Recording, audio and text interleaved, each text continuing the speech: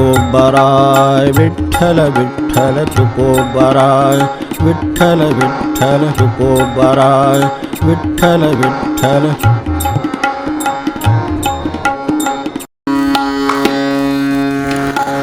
तुकोबांचं संकीर्तन आपलं 16.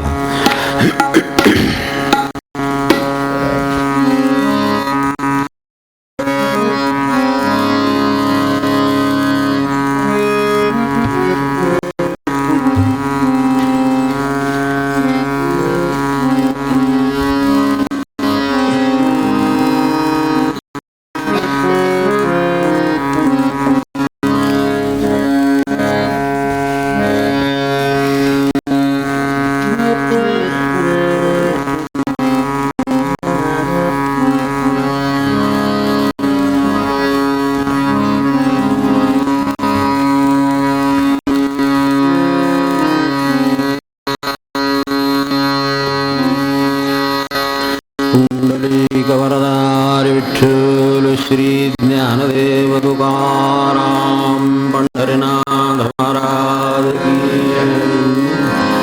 विठोबा रखुमाई जय जय विठोबा रखुमाई जय जय विठोबा रखुमाई जय जय विठोबा रखुमाई जय जय विठोबा जय जय विठोबा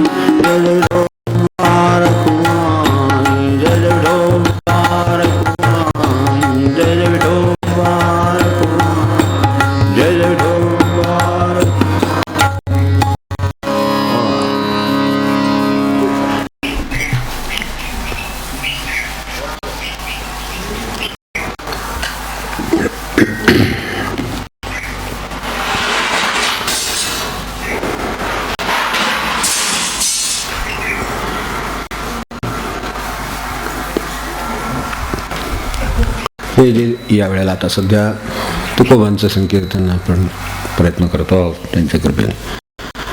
अभ्यासाचं कारण काय अनेक आहेत. अगदी महत्त्वाची 1-2 कारणं अशी की साधन करताना ज्या शंका येतात त्यांचं आपल्याला निरसन व्हावं यातून. कारण त्यांनी त्या सगळ्या अवस्थातून गेलेले असतात, त्यांना या स्वरूपाच्या शंका येऊन गेलेल्या असतात, त्याची त्यांना उत्तरं मिळालेली असतात, ती खात्रीशीर असतात.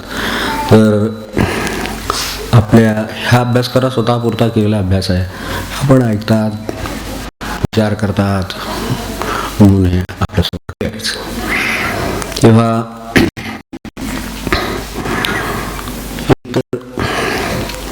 हे शंकांचं संभाव्य शंकांचं खूप झालेलं आहे. आणि साधारण मी प्रत्यक्ष काय करावं, आपल्या शास्त्रामध्ये मागे म्हटल्याप्रमाणे विधी आणि निषेध दोन्ही सांगितलेले आहे. काही गोष्टी कराव्या म्हणून सांगितल्या त्याचीही गरज आहे, काही करू नये असं सांगितलं त्याची पण गरज आहे.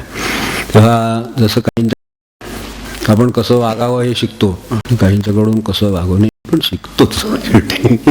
कारण काय वागण्याचे इतके प्रकार जगामध्ये आहेत, त्यातले जे खरे आपल्या हिताचे आहेत ते जर कळायचे असतील तर काहींच्याकडून कसं वागू नये हे पण शिकायला मिळतं. तेही गुरुच. आपल्याकडे दत्ताचे 24 गुरु आहेत, त्याच्यामध्ये आपल्याला प्रकार माहिती आहेत की कसे झाले, ते का तसे झाले, काय करू नये हे पण शिकण्याचा विषय, आणि काय करावं हा तर शिकण्याचा विषय आहे. त्यामुळं अशा दृष्टीने सुद्धा साधनेतला जो विधी निषेध आहे तर तो ओळखता यावा यातून. काय करावं हा जो अभंग आहे आताचा, त्याच्यात शेवटी असं म्हटलंय, तुका म्हणे नसे संचित हे बरे, ते अशी दुसरं काय करेल, दुसरं काय करणार शेवटी अशी वेळ. तेव्हा आपलं संचित जे आहे, जे गोळा केलेलं आहे, ते जर बदललं गेलं असतं तर ही वेळ आली नसती. आता असं बोला. तेव्हा ही जर वेळ आली नसती म्हणजे ते बदलायला हवं होतं. बदलायला हवं होतं म्हणजे काय करायला पाहिजे होतं ते आधी कळायला पाहिजे होतं. म्हणजे विधी काय होता आणि निषेध काय होता ते कळायला पाहिजे होतं. हे करायला हवं होतं, ते मी केलं नसलं पाहिजे. करायला नको होतं ते केलेलं असलं पाहिजे. तर असं झाल्यामुळं हे शेवटी संचित निर्माण झालं. आता त्या संचितानं जे घडतं सगळं, त्याला आता दुसरा काय करणार, हे जर त्या वेळेला नसतं केलं तर ही वेळ आली नसती. असं जे आपण म्हणतो व्यवहारामध्ये तेच की शेवट त्याचा तसा आहे. तुका म्हणे नसे संचित आहे वेळ तयारी दुसरे काय करी, ही वेळ येऊ नये म्हणून जे करायचं, ती वेळ आली तर काय होतं हे सांगण्याचा जो अभंग आहे ते एक बाजू त्याची. आणि जसं काय करावं काय नको हे कळायला बाहेर कसं वागावं याच्यासाठी, साधनेतलं उपासनेतलं कसं वागावं याच्यासाठी, तेव्हा ओळखायला तरी यायला पाहिजे निदान. जसं वस्तूची ओळख आहे, जगाची ओळख आहे, स्वभावाची ओळख आहे, माणसाची ओळख आहे, या सगळ्या ओळखी असलेल्या माणसाला बरोबर काय करावं याची एक कल्पना येऊ शकते. काय टाळावं ते टाळता येऊ शकतं. तर जग किंवा बाहेर ओळखणं ही इतकं का सोपी गोष्ट आहे. आपल्या घरात आपण 5-50 वर्ष प्रपंच करून शेजाऱ्याचा, आपल्या घरातल्याचा स्वभाव नाही सांगू शकत. असं होईल तसं होईल खात्री नाही देत आहेत. उद्या सकाळी काय असेल वागण्याचा प्रकार सांगता येत नाही. हे जितकं आपल्याला इतकं जवळ राहून जर ओळखता येत नसेल तर जगाला ओळखणं किती अवघड असेल हे यावरून लक्षात येईल. तुकोबा म्हणाले दुसरीकडे की वरून नाही ओळखत असं त्यांचं म्हणणं. एक तटस्थ मानसी, एक सहजची आळशी. एक तटस्थ आहे मनामध्ये म्हणून एका जागी बसलाय आणि एक आळशी आहे म्हणून एका जागी बसलाय. ओळखणार कसे म्हटले. आता ह्याला अंतरंगाची फरक पाहिजे. तो तटस्थ आहे म्हणून बसला आहे शांतपणे का तो आळशी म्हणून शांतपणे बसलाय हे साधा आपल्याला ओळखता येत नाही म्हणाले. आणि त्यामुळं त्याची फळं वेगळी येतात. जर आपण आळशाच्या मागे हा तटस्थ मानसी आहे म्हणून लागलो तो घोटाळा होईल. पुढे आपण जगाच्या नादी लागणार, कुठेतरी काहीतरी वागणं ठरवणार. मग ते ठरवताना आपल्याला ते कळलेलं असलं पाहिजे. तेव्हा एक तटस्थ मानसी, एक सहजची आळसी, एक ध्यानी करीती जप, एक बैसोनी घेती झोप. आता याचं काय करायचं. एक ध्यानी करीती जप, एक बैसोनी घेती झोप. हे असं म्हणले दिसायला आहे. तर असे बरीच आहेत सांगितलेली, पण आपल्याला जवळ लक्षात चटकन येण्यासारखी म्हणजे ही आहेत. एक तटस्थ मानसी, एक सहजाची आळसी, एक ध्यानी करीती जप, एक बैसोनी घेती झोप. तेव्हा त्याला मग आता काय करायचं, तर त्याला उपाय एकच आहे. म्हणून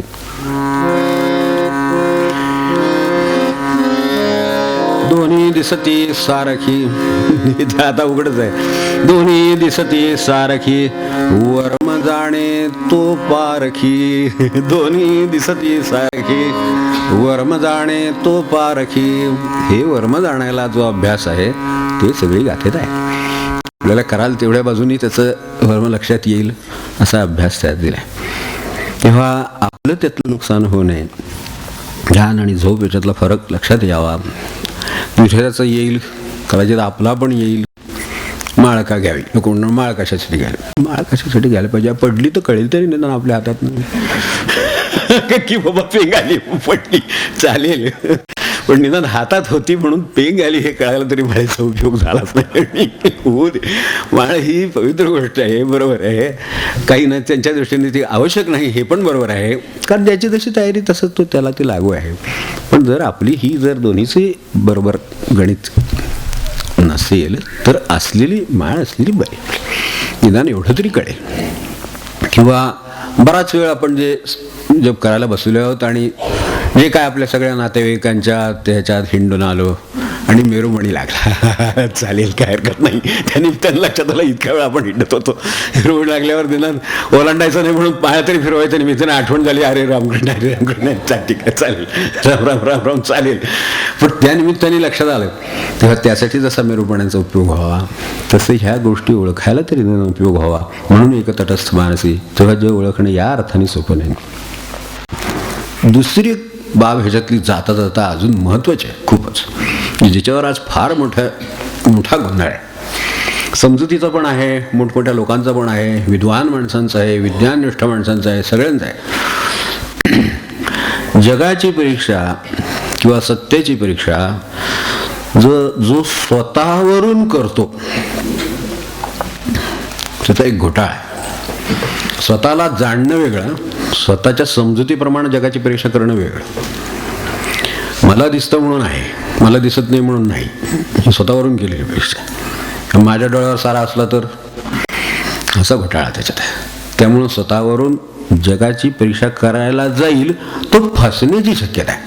आता तो जो निघाला, समजा रामकृष्ण हे जसे बसलीत मंडळी यांच्यासारखाच जर निघाला उद्या, किंवा हे आहेत गुरुदेव आहेत, इकडे हे आहेत, रमण आहेत, कुणी यांच्यापैकी कोणी घ्या, ज्ञानेश्वर आहेत, महाराज आहेत, कोणी यांच्यासारखा असला तर त्याला पारख बरोबर असेल, तो अंतरंग जाणतो. कारण आपल्याकडे म्हटले महाराज स्वतः म्हणायचे की मनुष्य समोर आला की त्याचा वासना देह मला कळतो, त्याच्या मनात काय दाटून राहिले, ज्याच्यामुळे तो जन्माला आला ते त्याच्या भोवती दिसतं मला. तर असं म्हणायचे. अशी ज्याची परीक्षा असेल त्याचं ठीक आहे, पण नसेल तर जगाची परीक्षा स्वतःवरून करू जाईल तो फसेल. कारण आपल्या आजच्या भाषेमध्ये प्रॉबॅबिलिटी ऑफ एरर जास्त आहे.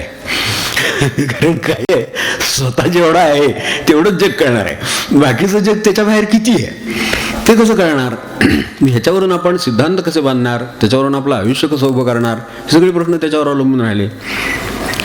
मागं महाराजांनी आपल्याला गोष्ट सांगितली, बोललो नाही का, की तो घोडा त्यांनी घेतला होता आणि ते त्याला पाठवला, तो ट्रेनरकडे पाठवला, तो ट्रेनिंग घेऊन आला घोड्याला. आपल्या जसे कुत्र्याचे नाही का ते ट्रेनिंगला वगैरे पाठवतात, ते वासळ काय आमका तुमका वगैरे, तर तसं घोडे पाठवतात, तर त्यांच्या हे करतात, त्यांना ट्रेनिंग देतात, आणतात. आणि तो घोडा आणला दाखवायला, तर ते साधूला घोडा दाखवायला आणल्यानंतर महाराज म्हणले त्यांनी ते बघितलं, तो चालताना लंगडतो. म्हणले हा घोडा चालताना लंगडतो, तर एवढं त्याला ट्रेनिंग देऊन हा लंगडला का. मग त्यांनी विचारलं की याचा ट्रेनर कोण होता, त्याला बोलवा. तो ट्रेनर आला, तो लंगडत होता. त्याला जो प्रशिक्षण देणार आहे तो लंगडत होता. महाराज म्हणले ठीक आहे, हे असं आहे म्हणले स्वतःवरून. त्यामुळे त्याच्यावरून बाहेरची परीक्षा करायची झाली तर बाहेरची पण जगाची अजून ओळख पाहिजे. म्हणजे ही ओळख कशावरून होणार की जेणेवरून आपण ठरवणार पुढे की काय बरोबर आहे आणि काय चूक आहे, मला सांगा. आता त्यांना एक दृष्टिकोन आहे म्हणून म्हणजे लक्षात आलं की हे कुठं असेल. म्हणून प्रॉबॅबिलिटी ऑफ एरर म्हणजे जी चूक होण्याची शक्यता आहे ती टाळण्यासाठी आपल्याकडे आत्मप्रचितीला स्थान सर्वश्रेष्ठ दिलेलं आहे, पण आधी शास्त्रप्रचितीला दिलं, मग गुरुप्रचितीला दिलं आणि मग आत्मप्रचिती. ओळखायचंच, प्रचिती म्हणजे प्रत्यक्ष अनुभव, ओळखणं. आता शब्दावरून सुद्धा ओळखतच आहे. आता आपण अभंग वाचला तर त्याच्या शब्दावरनं आपल्याला कळतच आहे, गुरुपायी सर्व तीर्थ. आपल्या लक्षात आलं की हे तीर्थ इथेच आहे. तर हे जे आहे हे आपल्याला कळलं किंवा गुरुच्या स्थानी आहे हे कळलं. तर तसं एक शास्त्राची प्रचिती आहे. त्यांनी खूप अभ्यास करून ऋषीमुनींपासून आजपर्यंत सगळ्यांनी त्याचं सारांश काढून ठेवलेले आहेत, ते आधी पाहावेत अगदी. त्याच्यावरून काही सत्याचा परिचय आपल्याला होईल, जगाचा परिचय आपल्याला होईल. त्याच्याबरोबर ते समजूनही घ्यावं लागतं. कारण मगाशी म्हटलं गेल्या वेळेला आपण इन बिटवीन द लाईन्स तसं आहे पुन्हा की त्यातले मध्ये काय अपेक्षित आहे ते त्या सगळं शब्दात आलंच असेल असं नाही, म्हणून ते सांगणारा आणि त्याचा अनुभव घेतलेला कोणीतरी हवा, म्हणून ते गुरुप्रचिती. त्या अर्थाने गुरु. आता आम्ही गुरु परंपरा ठीक आहे मानत नाही तर मानू नका, आपणच आपले गुरु तरी चालेल, मग तेवढं आपल्यात पाहिजे. नसेल तर आपलं कोणाकडे जावं, बाया पडावं, विचारावं हे बरोबर आहे का चूक आहे ते सांगतील. आणि या बाबतीत अगदी सोपं, मी मागे आपल्यालाही बोललो असेल कदाचित मला लक्षात नाही की सोपं एवढं आहे, आत्मप्रचितीवर केवळ जाऊ नये, स्वतःला काय वाटतं त्यावर जाऊ नये, हे इतकं सोपं आहे. या क्षणी या भिंतीवर काय पाखरू बसले का नाही बसले हे आपल्याला माहीत, मी तर काय सांगू शकत नाही. इकडे काय मागे पडद्यावर आहे, निळ्यावर काय आहे हे मला माहीत. एवढं साधं जगाची परीक्षा करताना अडचण आहे.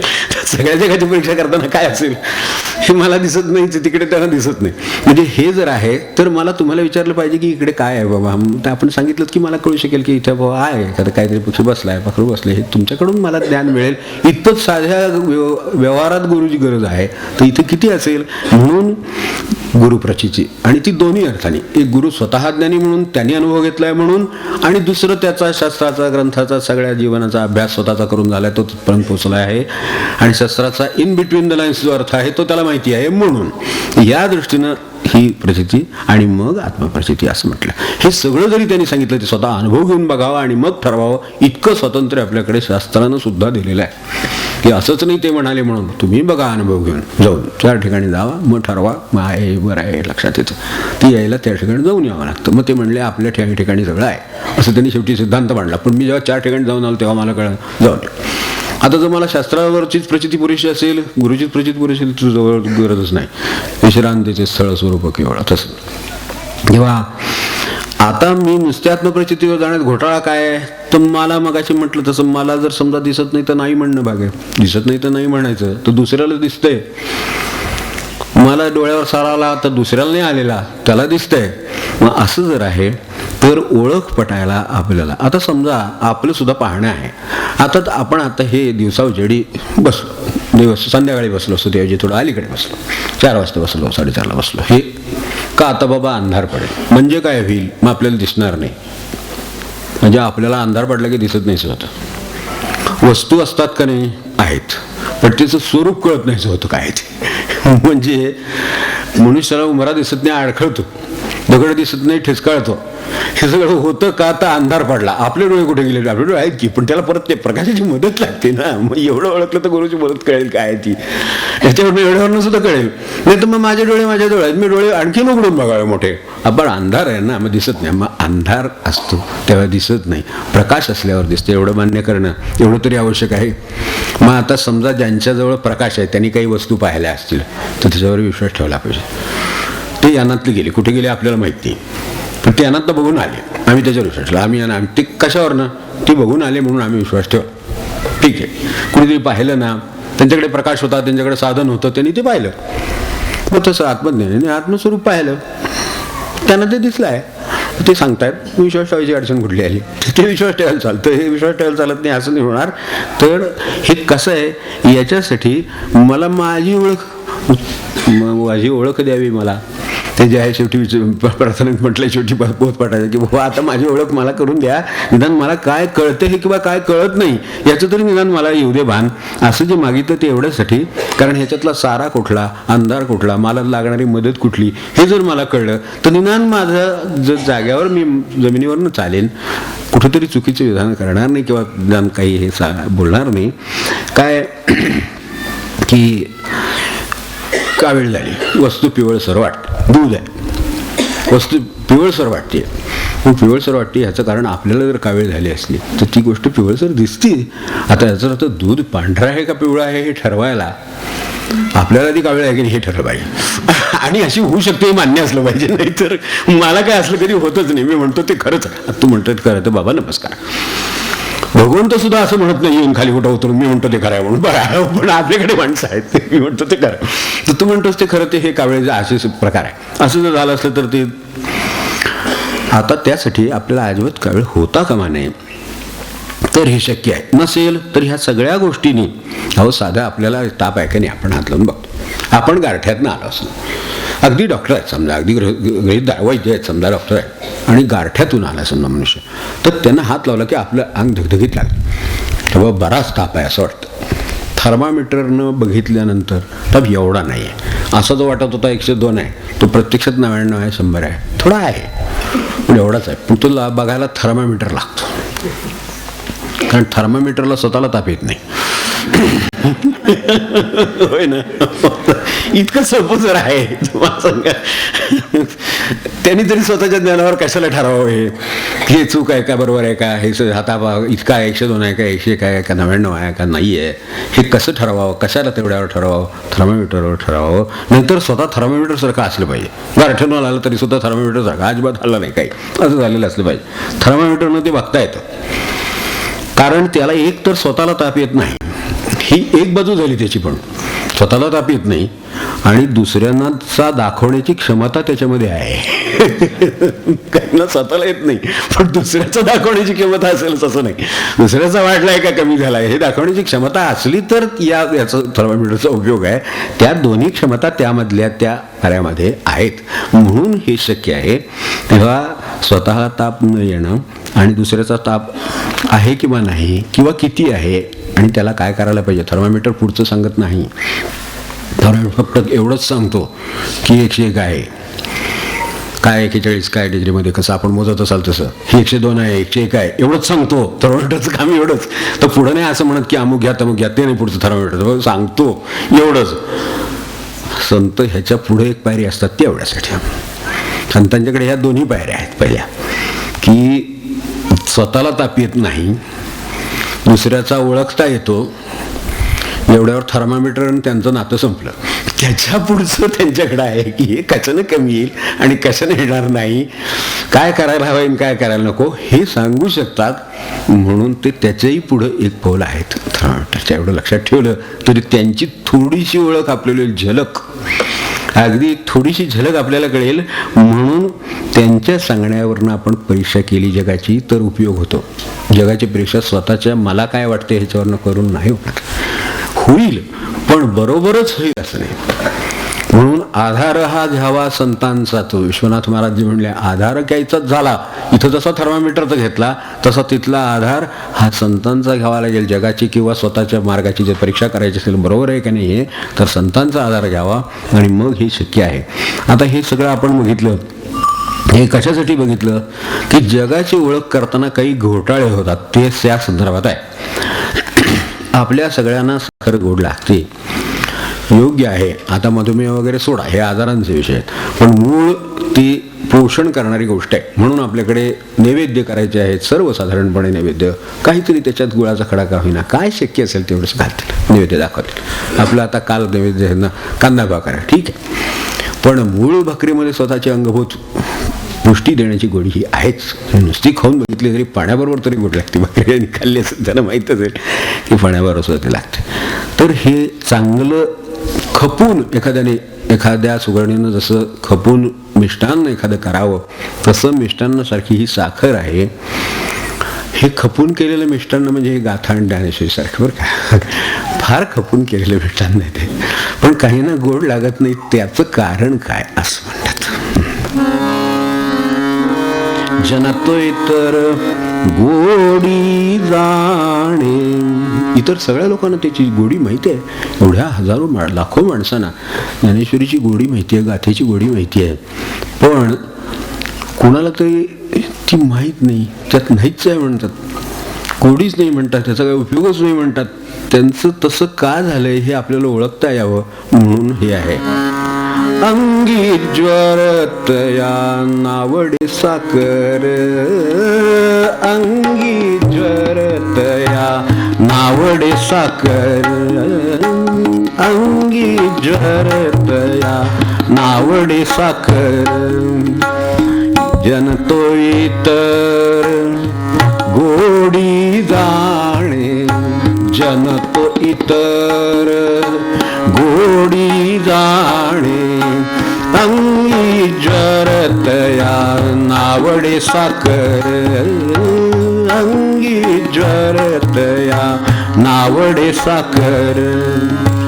जनतो इतर गोडी जाणे. एवढे लाखो हजारो माणसं गोडी घेतात आणि आपल्याला जगामध्ये अशी माणसं भेटतात का असेल त्यात वेळ घालवते. हे काय वय आहे का, हे काय अमुक आहे का. व्यसन करायला काय वय असतं का मला सांगा. तिथं नाही कोणी विचार हे काय व्यसन करायचं वय आहे का. माणसं जातात व्यसन करतात, स्वतःच जगाचं आपल्या कुटुंबाचं सगळ्याचं नुकसान करून ठेवतात.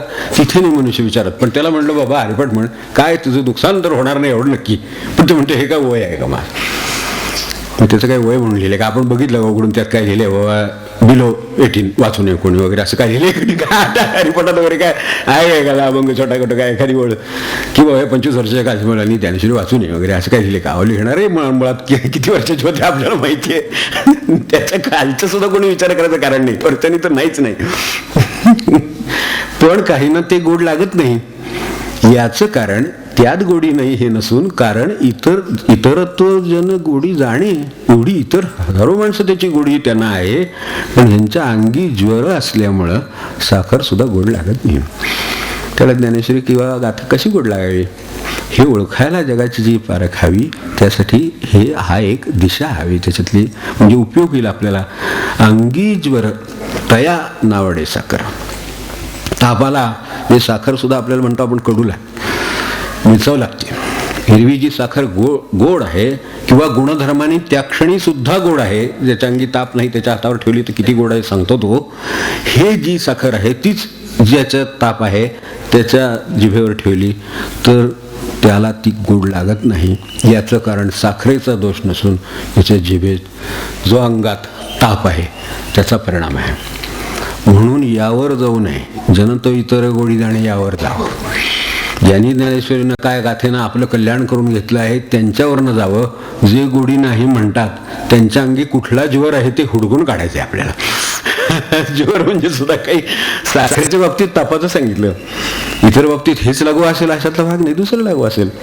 किंवा अन्न आहे, हे पुढे म्हणतात तुकोबा पुढे म्हणतात की दुसरीकडे पण ते सांगितले. हे आता जसं आहे साखरेचं तसं अन्न आहे. अन्नावर आपलं सगळं पोषण चालू आहे. आयुष्य सगळं अन्नावर आजपर्यंतची इतकी वर्ष जो कोणी जसा जसा जगला असेल, 5 वर्ष असेल, 50 असेल, 75 असेल, काय असेल ते, तो सगळा मूळ जगला तो अन्न पाण्यावर जगला. ते अन्न खाऊन लोक पोटभर खाऊन अवघे सगळे जगतायत. पण ज्याला त्याची ओळख नाही किंवा ज्याला त्याचं महत्त्व कळलेलं नाही, ज्याला त्याची गरज वाटत नाही, त्याच्या तोंडी ते पडलं तर मातीसारखं वाटतं अन्न त्याला. आता काय करावं, हे म्हणले दुर्भाग्य. म्हणून म्हटलं संचित आहे त्यामुळं अन्न गोड लागत नाही. म्हणून लोकांना भाकरी गोड लागत नाही, पिझ्झा पाहिजे.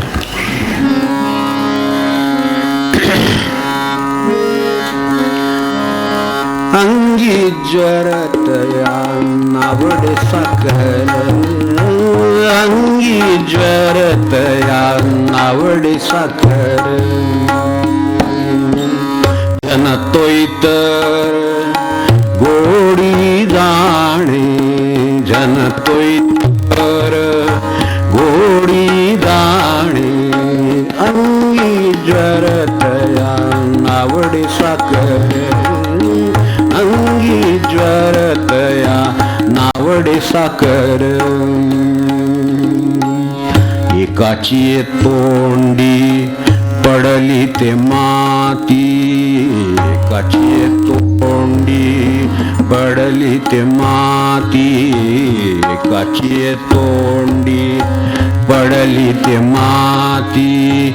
अवघे ते खाती पोट भरी, अवघे ते खाती पोट भरी. अंगी ज्वरतया नावडे साखर, अंगी ज्वरतया नावडे साखर. पण मला मातीसारखं लागतंय म्हणून टाकायचं ही प्रवृत्ती ओळखायची प्रवृत्ती आपण. याच्यामुळं माणूस स्वतःचं नुकसान करून घेण्याची शक्यता आहे. यासाठी तुकोबा सावध करत काय तुकोबा म्हणे नसे संचित हे बरे. हे काहीतरी दुष्परिणाम झाले, चुकीची कर्म झाली, त्याचा परिणाम म्हणून जे चांगलं आहे ते आपल्याला बरं वाटेना आणि जग मात्र त्याच्यावर आनंद घेते. जग गाथेवर जगते, जग ज्ञानेश्वरीवर जगते, भागवतावर जगते. तर ह्याच्यावरनं आपण लक्षात घ्यावं. अवघे ते खाती पोट भरी एवढं असताना एकाची ते तोंडी पडली ते माती, असं का होतं? याचं कारण एकच. आपण अगदी खरं सांगायचं तर हे जे काय बाहेर चालू असते चर्चा विमर्श या सगळ्या ह्याच्यावर, देवावर, ह्याच्यावर आपण सहज तुकोबांचे अभंग बघावे, त्याची उत्तरं तिथेच आहेत. आंधळ्यासी जन अवघेची आंधळे, आंधळ्यासी जन अवघेची आंधळे. आपणासी डोळे दृष्टी नाही, आपणासी डोळे दृष्टी नाही. आंधळ्यासी जन अवघेची आंधळे, आंधळ्यासी जन अवघेची आंधळे. आपणासी डोळे दृष्टी नाही, आपणासी डोळे दृष्टी नाही. कळेल केव्हापणे. निदान 4 शब्द कानावर पडलेले असले, कुठेतरी ऐकलं असलं, कोणीतरी सांगितलं असलं किंवा आपण वाचलं असलं तर निदान एवढं तरी कळेल की जग नाही, आंधळ्यासी जन अवघेचे आंधळे. असं कुठं असू शकेल काय? असं कुठं असतंय काय? देव कुठं असतो का? दाखवा. आपल्याला आनंद झाला, दुःख झालं, दाखवा असं म्हणलं तर होते ना रोज. निराशा आली, प्रपंचाचा वीट आला, जरा थोडासा काढून दाखवा बरं, वीट कुठं आहे तो प्रपंचाचा. दाखवता येत नाही. हे सगळं दाखवता येत नाही, ते चालतं. त्याचा अनुभव आहे ना आपल्याला, तसाच देवाचा अनुभव आहे त्यातला. तर त्या सरळ हे तर्कशुद्ध आहे खरं म्हणजे. जर आपल्याला आनंद दाखवता येत नाही आणि तो आहे, तर जो दाखवता येत नाही तो देव पण आहे हे म्हणणं त्याच न्यायाने मान्य करायचं. मान्य कोण करणार? आपलं जर झोपलेलाच मनुष्य झोपेचा असेल तर उठवता येईल. कुंभकर्णाला उठवता येतं, तिथे काय माणसाला बाकीचे उठवता येणार नाही का? आपल्याला माहिती आहे ना काय काय वाजवलं काय ते सगळं रामायणात आहे. काय वाजवून बघितलं तर ते सगळं करून तो उठला शेवटी. ढोल का होईना चालेल, उठला. पण आता सोंग घेतले, त्याला काय करायचं? त्याला ओळखून आपलं नमस्कार करायचं. आंधळ्यासी जन अवघेचे आंधळे, आंधळ्यासी जन अवघेचे आंधळे. आपणासी डोळे दृष्टी नाही, आपणासी डोळे दृष्टी नाही, आपणासी डोळे. सगळं जग जरी खरं असलं तरी तुका म्हणे शुद्ध नाही जो आपण, तुका म्हणे शुद्ध नाही जो आपण. तयासी त्रिभुवन अवघे कोटे, तयासी त्रिभुवन अवघे कोटे, तयासी त्रिभुवन. सगळं जग खोटं आहे, तुम्ही भक्ती खोटी आहे, सगळा परमार्थ खोटा आहे, सगळा देव खोटा आहे. कुणाला? की ज्याला हे शुद्ध नाही आपण, तो प्रतिबिंब पडत नाही. तो म्हणतो प्रतिबिंबच पडत नाही. आता आपलं पाणी गढूळ आहे, त्याच्यात प्रतिबिंब कसं पडावं? म्हणून आवडत का नाही, म्हणून कळत का नाही, याची उत्तरं ह्याच्यात आहेत. की अरे कळत का नाही? आपलं पाणी तर गढूळ आहे. सूर्य जरी तिथे पडलं असं प्रतिबिंब नाही पडणार, कारण पाणी स्वच्छ असेल तितकं प्रतिबिंब शुद्ध. जसंच्या तसा सूर्य तुम्हाला इथे दिसेल, चंद्र दिसेल, झाड दिसेल, पण केव्हा दिसेल? जेव्हा ते पाणी तेवढं शुद्ध असेल तेव्हा दिसेल. मग हे लक्षात घेतलं तर, म्हणून जगाची कोणी सांगितलं तसं मगाशी की अगदी खपून मिष्टान्न केलं, अडचण कुठं आहे? पुढं आहे. आपल्याला हे जर पारखलं गेलं नाही, समजा यात शुद्धतेचा संबंध असतो जग समजून घेण्यात, त्रिभुवन खोटं ठरवण्यात, शुद्धाशुद्धीचा माझ्या मनाचा संबंध आहे, हे लक्षात नाही आलं तर मी म्हणेन ते होईल, म्हणेन ते करीन, असं होईल, होत जाईल. तर हे होत जाण्यामध्ये सावधान आपल्याला राहता यावं म्हणून हे सगळं. आता मला सांगा की वारीत लोक जातात, त्रास सहन करतात, हाल अपेष्ट आपल्याला माहिती आहे, आपण स्वतः अनुभव घेतलेला आहे. भूक तहान सहन करतात, ऊन पाऊस सहन करतात, आपल्या अंगावर अक्षरशः असलेले कपडे असेच्या असे चिंबवली होतात. पुन्हा वाऱ्याने ते भजन चालू असतं, कीर्तन चालू असतं, वाटेत जाता जाता त्याच्यात वाळून जातात सगळे अंगावर परत. हे सगळे अनुभव आपण घेता. अनुभव घेऊन ऊन पाऊस सगळं सहन करून कष्टानं मनुष्य हे सगळे आनंदाने कष्ट घेऊन शेवटी पोचतो, कळसाचं दर्शन घेतो आणि सगळ्या वर्षाचा आनंद भरून घेऊन येतो. समाधान आहे, कळसाचं दर्शन झालं. हे जे वारकऱ्याचं जे समाधान आहे, तर आता त्यात काय समाधान आहे? मागे एकदा आम्ही असं चालत निघालो होतो, तिथे आम्हाला विचारलं, तुम्हाला तिकटाला पैसे देऊ का? म्हणलं बरोबर आहे. आपलं विचारलं हे बरोबर आहे तुमचं म्हणणं. खरं सांगायचं तर देवाच्या दयेनं आत्ता जायला तिथपर्यंत तिकिटाला पैसे आहेत, पण ते आम्ही खिशातच ठेवलेत. आम्हाला ह्याच्यात जो आनंद मिळतोय, जे आम्हाला झाडं भेटतात, पानं भेटतात, लोक भेटतात, वाटेत भगवंत भेटतोय, पायाला खड्यांना सुद्धा देवाची जाणीव होती, ही कुठनं आणायची? आम्ही एसटीत कुशनवर बसणार, शेजारी कोण नसू देत असं म्हणणार, हे जे काय आहे हे म्हणलं आम्हाला ते त्यात सुख नाही, यात आहे म्हणून निघालं, बाकी काही नाही, ते कशाला पाहिजे. तेव्हा हे सगळं करून तो जातो, त्यावेळेला तो काय घेऊन येतो ते एसटीत जाऊन किंवा ते वाहनातनं जाऊन नाही मिळत. तिथे जाऊन फक्त आपल्याला ठीक आहे, व्यवहारानं माणसाला काय असं सारखं जाता येणार नाही, त्याला एरवी जावं वाटलं त्यांनी जावं, आहे शक्यता त्याच्याकडे अनुकूलता आहे, त्यांनी जावं, जाऊ नये असं म्हणणं नाही. वाहनं आहेत, सोयी आहेत, रस्ते आहेत अलीकडे, पण याचा जो आनंद आहे तो सुख आहे म्हणून नाही, त्या आनंदात काही तथ्य नाही म्हणू नये. हे कशाला हे करतात हे म्हणू नये. हे 15 दिवस घालवले बघा. आता ह्यांनी सिंगापूर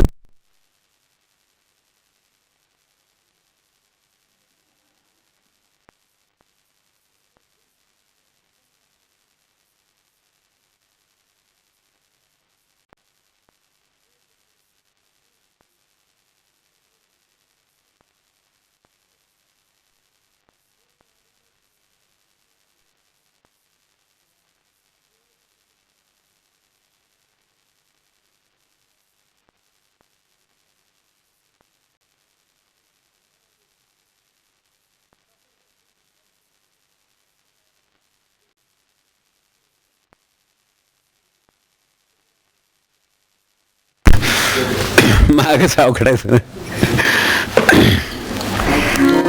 विठोबा रखुमाई, जय जय विठोबा रखुमाई, जय जय विठोबा रखुमाई, जय जय विठोबा रखुमाई, जय जय विठोबा रखुमाई, जय जय विठोबा रखुमाई, जय जय विठोबा रखुमाई, जय जय विठोबा रखुमाई, जय जय विठोबा रखुमाई, जय जय विठोबा रखुमाई, जय जय विठोबा रखुमाई, जय जय विठोबा रखुमाई, जय विठोबा रखुमाई, जय विठोबा रखुमाई, जय विठोबा रखुमाई, जय विठोबा रखुमाई, जय विठोबा रखुमाई, जय विठोबा रखुमाई, जय विठोबा रखुमाई, जय विठोबा रखुमाई, जय विठोबा रखुमाई, जय विठोबा रखुमाई, जय विठोबा रखुमाई, जय विठोबा रखुमाई, जय विठोबा रखुमाई, जय विठोबा रखुमाई, जय विठोबा रखुमाई, जय विठोबा रखुमाई.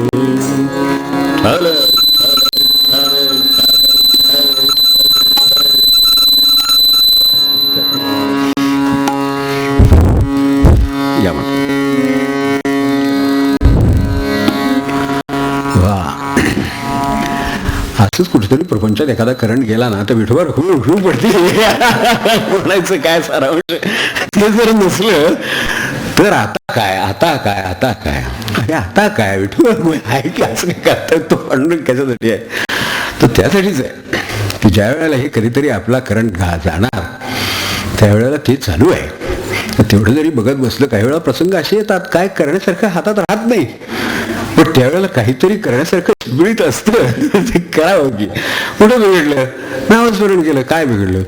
तर ते हे करायला मध्ये कुठेतरी, आता इथे आपल्याकडे फार प्रसंग येत नाहीत, पण कोकणामध्ये सतत एक गाव दुसरं गाव ओलांडत, नदी आहेच, त्याच्याशिवाय काय पर्यायच नाही. नदी आली की लागणारच काहीतरी, नाव लागणार, काहीतरी नाव लागणार म्हणजे नाम लागणार, तेवढंच घ्यावं की दुसरं काय. प्रपंचात असं लागणारच उद्या लागले की नाम घ्यावं. पलीकडे गेला की चालतोच परत. वाईलकडे असली बैलकडे जायची पूर्वी, आता चालत जातील. तर हे होऊ शकतं. आता वारीत जाऊन ते काय घेऊन आले ते कळत नाही, म्हणून हे ऐकून घ्यायला लागतं. तर हे काय घेऊन आले, चालून घेऊन आले. मगाशी म्हटलं तसं सगळं मिळालंच.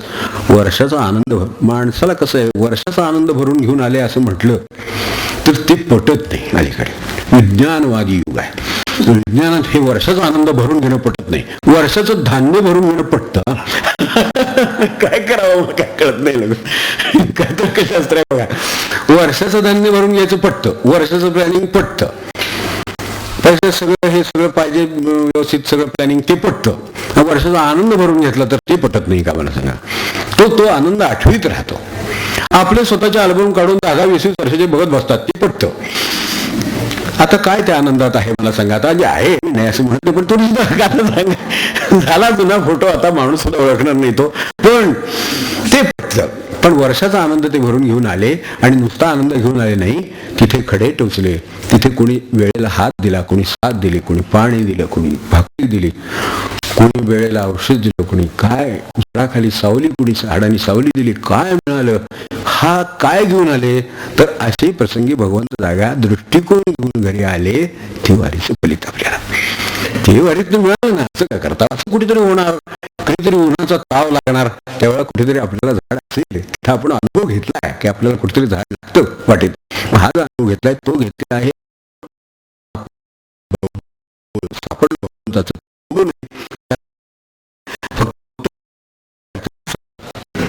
तर त्यांना गोड नाही करावंच नाही, खूप होते वाटतं आपण जर घेतलेला आहे तो वाटतं ना.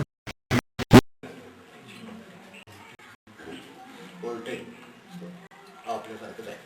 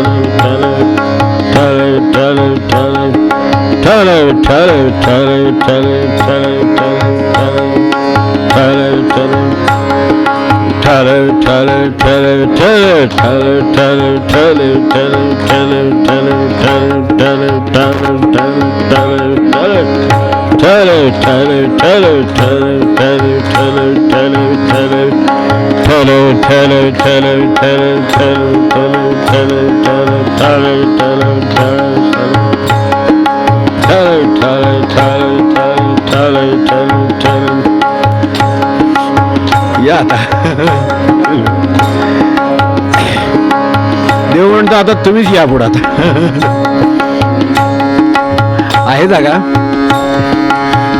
ते तुम्ही तिथेच थांबा मागच्या एकदम थेट येऊन सगळं सरकायचं काम नको एकदम मागे बसलेलं जरा पुढे येऊन बसा ऐकू जाईल तो आलंय संपत आता त्यांना केव्हा पाठवायचं तेव्हा आपल्याला लाईट पाठवतील आहे जागा म्हणून बसलो मागं त्याच्यापेक्षा काय एकदम थेट येऊन इथं बसा बरं नुसती तयारी दाखवली तरी त्यांची तयारी आहे लगेच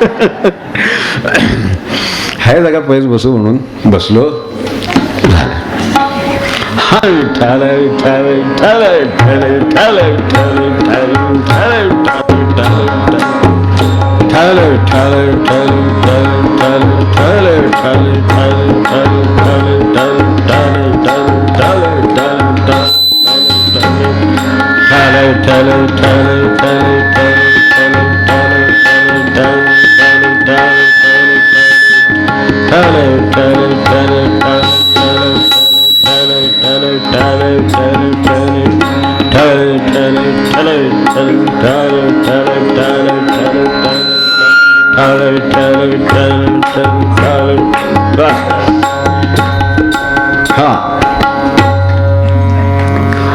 तेव्हा होण्याची शक्यता काय अडचण आपल्याला या अभंगातून पुढे काय घ्यायला आलो तर असं की फरक एवढा लक्षात ठेवा की चांगलं आहे आपल्याला पटलं वारीचा अनुभव घेतला माणसाने आयुष्याला पुढे वर्षभर पुरेल एवढी दृष्टिकोन घेतला कशातनं कसा आनंद कसा निर्माण करावा हे घेतलं हे सगळं घेऊन आलेल्याचं असं वाटतं एकदा की द्यावं सांगावं बाजूच्याला की तू पण चल ये तुझंही कल्याण होईल असं वाटतं पण तसं ते त्या गोष्टीची जशी वेळ यायची असते तसं ते होतं असं जर आपण समजा अन्न जरी असलं, अगदी चांगलं जरी असलं, आता हे तर भगवंताचा मार्ग आहे, चांगला असला तरी सुद्धा जर तो बळे करायचा त्याला जर प्रयत्न केला तर काय होतं,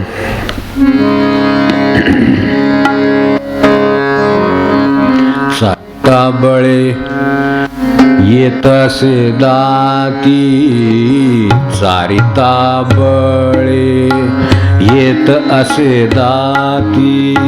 मुलाला भूक नसली किंवा अन्नाचं महत्त्व नसलं तर घास तोंडात फिरतो, तोंड बघतो, आजारात फिरतो. तसा हा जो ज्वर आहे तो परमार्थाचे बाबतीतलेच येतो. प्रपंचाचा ज्वर आलेला असल्यामुळं भगवंताच्या गोडीचा घास तोंडात फिरतो, गिळवत नाही. तर तो जर आपण बळे द्यायचा प्रयत्न केला तर चारिता बळे येता असे दाती दातात अडकतो आणि फिरतो, जसं घास फिरतो. जात नाही पोटात, पुष्टी तर नाहीच, अन्नही मिळत नाही, पोटही भरत नाही खरं सांगायचं तर. म्हणून प्रपंचाच्या शेवटी हात कछू नाही आयो म्हणतो. काय म्हणले आपल्याकडे शेवटी कबीर, हात कछू नाही आयो. खरं सांगितलं तर ह्यात सगळ्यात शेवटी असं म्हणता यायला हवं होतं, हात सर्व कुछ आयो, असं खरं व्हायला पाहिजे होतं. तसं नाही होत, हात कछू नाही आयो. माणसं आपली नाही, हे कोणाचं नाही, ते कोणाचं नाही, नातेवाईक कोणाचं नाही, जमीन नाही, हे नाही, ते नाही, सगळ्यांनी घेऊन टाकलं. कोण आता विचारत नाही. ही स्थिती शेवटी हात कछू नाही आयो असं होतं. तरी सुद्धा चारता बळे येत असे दाती.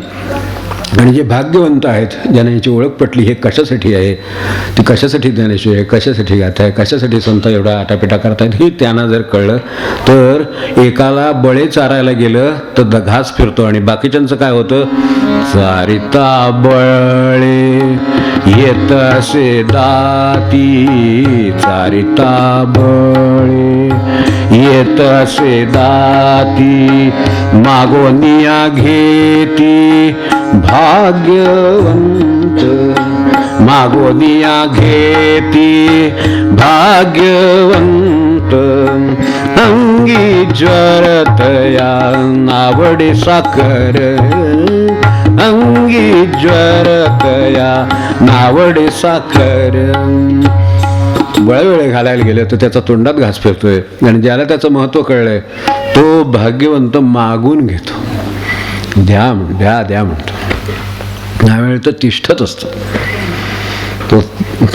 तो पाहे काय घेऊन ये ताट प्रसादाची वाट, तसं पाहे प्रसादाची वाट घेऊन ये ताट, तसं त्याची अवस्था असते. तो म्हणतो कधी मिळेल. अशा ह्याच्यासाठी तो असलेला आहे. तर ते फरक लक्षात घ्यावा की जगामध्ये हे असे दोन राहणार. एकाला भगवंताचा घास तोंडात फिरणार, जाणार नाही, कारण अंगी ज्वर आहे प्रपंचाचा, त्यामुळं नको वाटतं. हे नको का वाटतं ह्याची कारणं आपल्याला कळली असली तर मग इतक्या लोकांना ते नको का वाटतं, ते बुद्धिवादी का त्या बाबतीत घासतायत बुद्ध्या, त्याचं कारण कळतं की अंगी ज्वर आहे, तो कशाचा आहे त्यात आता आपण ओळखावं. तर हे एकाच असं होतं, चारिता बळे येत असे दाती, मागोनिया घेती भाग्यवंत. आता ह्याचं कारण मूळ कशात आलं तर त्यांना तसं का वाटतं ह्याच्यात आलं. तसं वाटण्याचं कारण काय, मुळामध्ये आपल्याला एखादी गोष्ट वाटते, तिचा काहीतरी आपल्याशी संबंध ऋणानुबंध असला पाहिजे म्हणून ती तशी वाटते.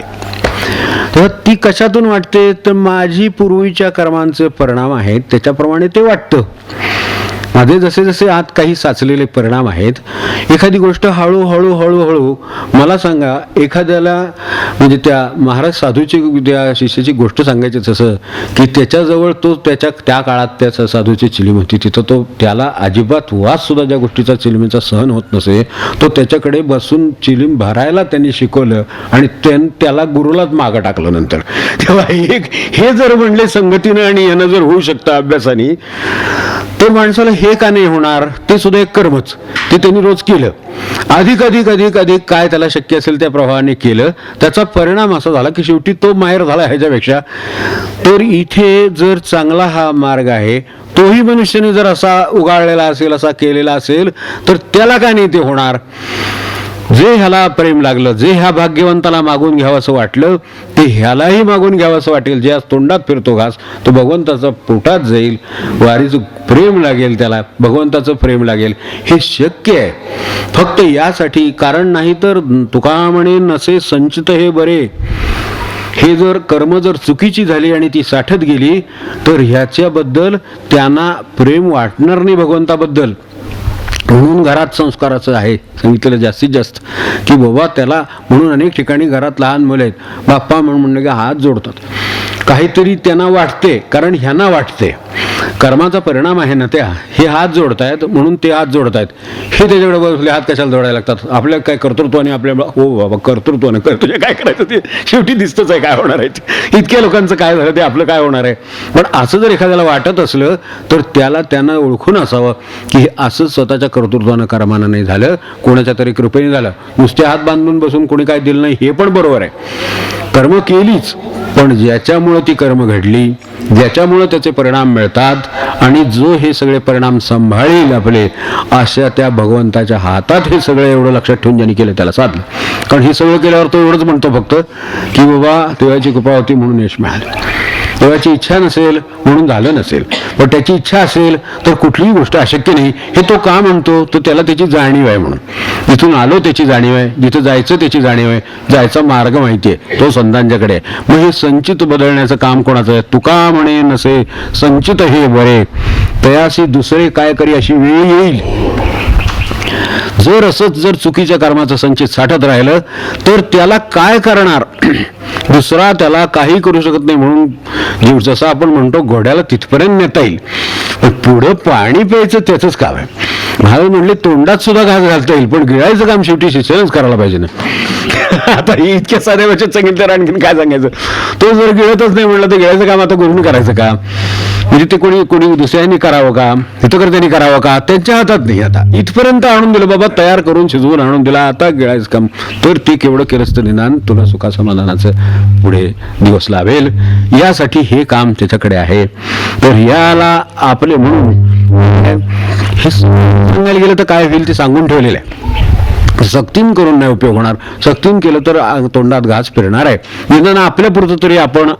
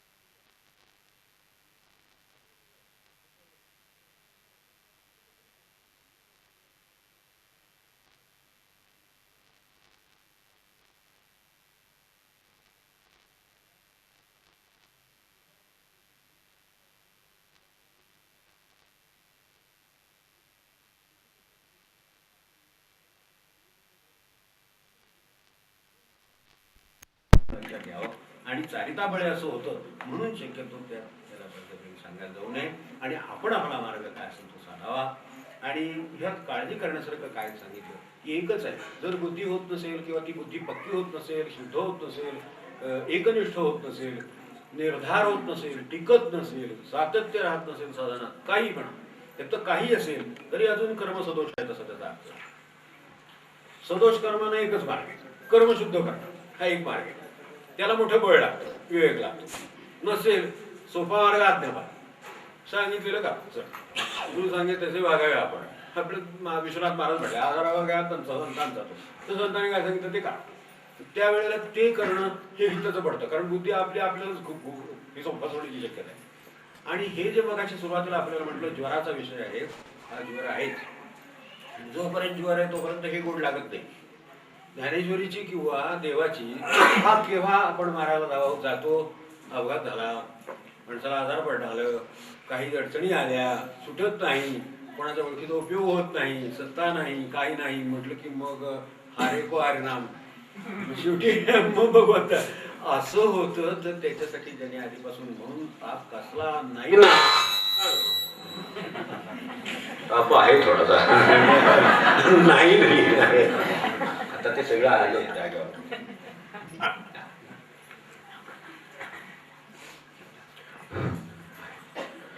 तेव्हा कसलाच ताप नाही ना एवढं बघत असतं. एक असतं थर्मामीटर सारखं आहे ना, थर्मामीटर बघायला काही ते लागतातच असं नाही, ते आपल्याकडे सुद्धा मिळतं. ते थर्मामीटर लावून बघायचं जसं आहे ना, तसं आपल्या घरी घरोघरी प्रत्येकाच्या घरी थर्मामीटर आहे. आपण नाही स्वतः, शेजारचा आपल्या. आपण स्वतःला फार शांत समजतो. तो सांगतो बरोबर आम्हाला काय माहिती, आम्हाला काय ते बरोबर माहिती आहे वाटतं. महाराज म्हणले ज्याची बायको त्याला साधू म्हणेल तो साधू म्हणले. आता काय करावं, याच्यापेक्षा परीक्षाच नाही दुसरी काय. तर घरातल्या म्हणाले जवळच्यानी म्हणलं, मित्रांनी म्हणलं, आता हे काय पुरुषाला लागू आहे असं नाही, तेव्हा हे सगळीकडे लागूच आहे. एकण लक्षात ठेवू आपण की हे लागू आहे. त्यामुळे ज्याच्यातलं तर घरचं म्हणेल की खरोखरच अलीकडे ते शांत आले किंवा खरोखरच अलीकडे शांत आहे, तर खरोखर शांत आले असेल असं म्हणायला हरकत नाही. तर थर्मामीटर घरोघरी त्यातनं बघावं. आणि दुसरं, याची गोडी का लागत नाही किंवा लागत नसेल तर कोणाला का लागले नाही ते ओळखावं.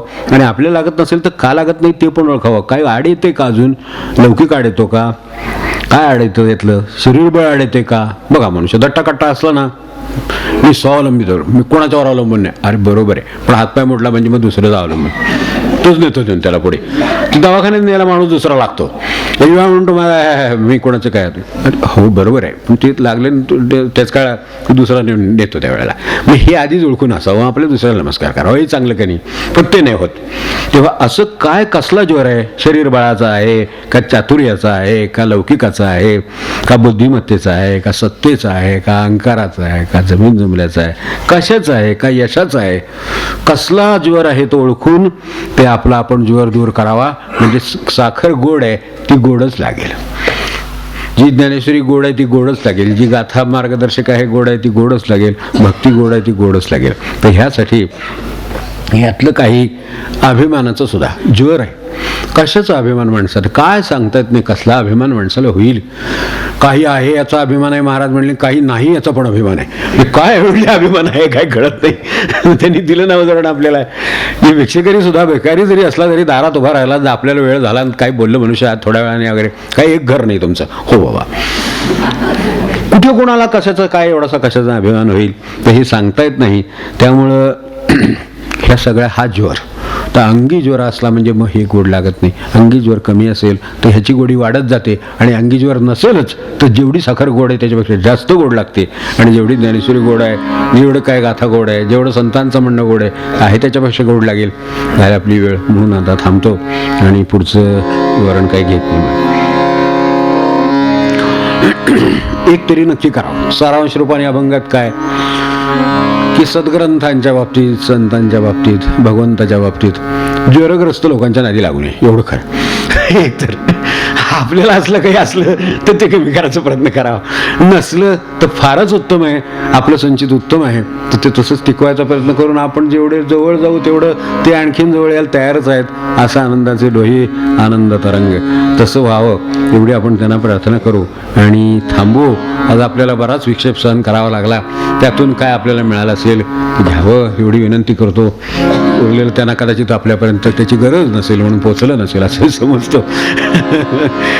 विठोबा रखुमाई जय जय विठोबा रखुमाई जय जय विठोबा रखुमाई जय जय विठोबा रखुमाई जय जय विठोबा जय जय विठोबा रखुमाई जय जय विठोबा रखुमाई जय जय विठोबा रखुमाई जय जय विठोबा जय जय विठोबा रखुमाई जय जय विठोबा रखुमाई जय जय विठोबा रखुमाई जय जय विठोबा अंगी ज्वरतया नावडे साखर अंगी ज्वरतया नावडे साखर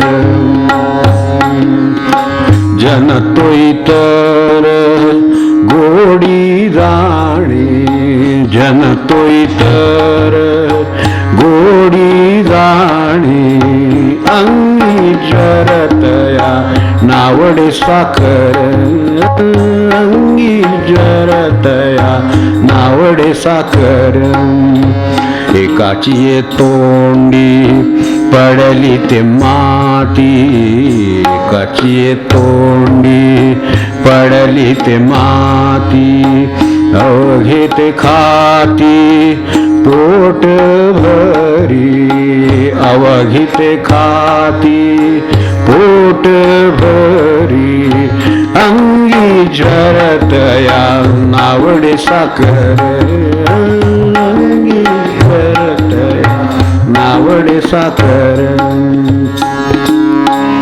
सारी तांबळे येत असे दाती सारी तांबळे येत असे दाती मागवनिया घेती भाग्यवंत मागवनिया घेती भाग्यवंत अंगी ज्वरतया नावडे साखर अंगी ज्वरतया नावडे साखर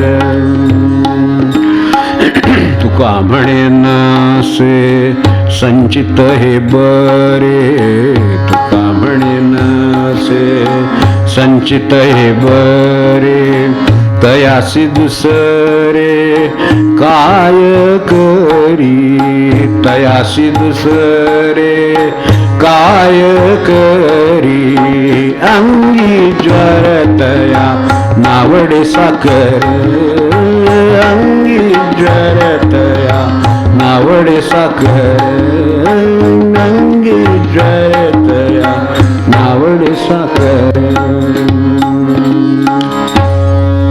इथं 3 ते 5 जी उपासना चालू आहे त्याच्याविषयीचं निवेदन आहे फक्त ती आहे सुरू इथे.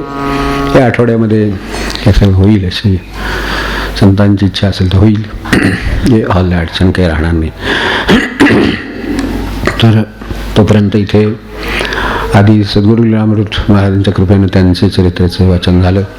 त्यानंतर आत्ता सध्या गजानन महाराजांच्या पोथीचं वाचन सुरू होतं. दुपारी 3 ते 5 मध्ये अर्धा तास जप, तासभर वाचन, विष्णू सहस्रनाम आणि शेवटीचं एक वैखारी जप जी माळ असं सुरू आहे. तर त्यानुसार ते रोज आहे. आता काल त्याची गजानन विजयाची सांगता झाली आणि आजचा आपला उपासनेचा रविवार होता. आज हे झालं. उद्यापासून आता 24 फेब्रुवारीला दासनवमी आहे. तोपर्यंत मधल्या काळामध्ये दासबोधाचं रोजचं पारायण आहे. ते कोणी येणार असतील तर शक्यतो परत घेऊन आलात तर बरं होईल. नसेल तर कळवलं तर इथं प्रति त्याची व्यवस्था करू.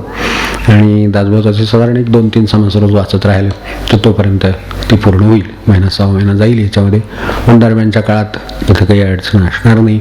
आपल्या आपल्या सवडीप्रमाणे 5ला बरोबर ते शेवटची वैखरी मिळवते आणि संपतं. ते जेवढा वेळ असतो त्या प्रमाणात त्या समासाच्या ह्याच्या अंदाजाने 2 किंवा 3 समासाचं वाचन होईल. आपल्या माहितीसाठी फक्त सांगून ठेवलं.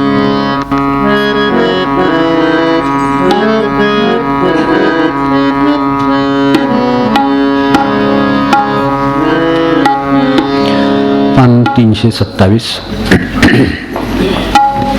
पद 199.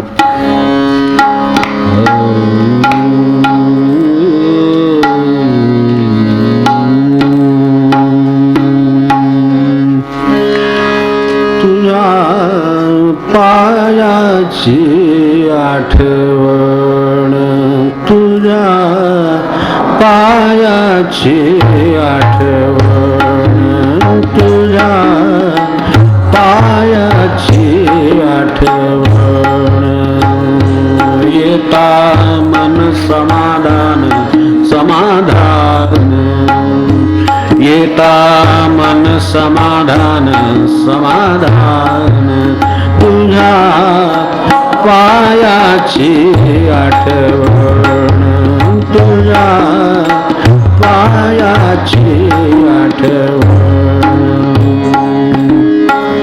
हाची लाव मी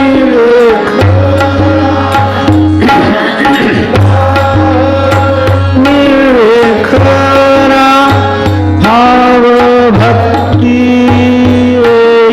घरा, भाव भक्ती घरा, पायाची आठवण, तुझ्या पायाची आठवण, संत भेटी सर्व, संत भेटी सर्व होई मनात निर्मळ, होई मनात निर्मळ, पायाची आठवण, तुझ्या पायाची आठवण, विश्वनाथा शुद्ध मन,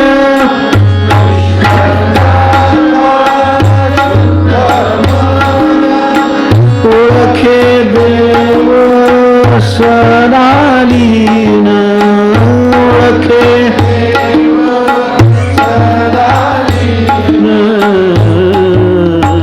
पायाची आठवण, तुझ्या पायाची आठवण, येता मन समाधान समाधान, येता मन समाधान समाधान, तुझ्या पायाची आठवण, तुझ्या पायाची आठवण.